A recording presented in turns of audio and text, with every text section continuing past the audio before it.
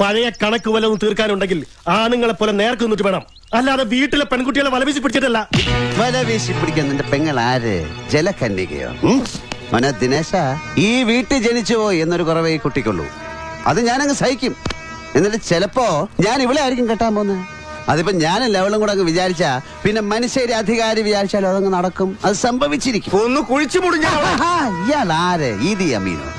വെറുതെ വയസ്സുകാലത്ത് എന്റെ കൈക്ക് ജോലി ഉണ്ടാക്കി വെക്കരുതേ ഭാവി അമ്മായിയപ്പ. ഇനി ഇവിടെ ആരെങ്കിലും തൊട്ടെന്ന് പറഞ്ഞാൽ ഇതാണ് എനിക്ക് ഇഷ്ടമില്ലാത്ത ദിനേശ. അപ്പൊ അങ്ങനെയാണ് പട്ടാമ്പി റെയിൽവേ സ്റ്റേഷൻ ഉണ്ടായത്. അമ്മ ക്ഷമിക്കണം. ഇങ്ങനെയൊന്നുമല്ല ഒരു വീട്ടിൽ കയറി വന്ന് പെരുമാറേണ്ടതെന്ന് എനിക്കറിയാം. പക്ഷെ എന്താ ചെയ്യാ, എന്നെ കൊണ്ട് ചെയ്യിക്കല്ലേ ഇവര്. അപ്പൊ എല്ലാം പറഞ്ഞോലെ വാക്കസ്തേ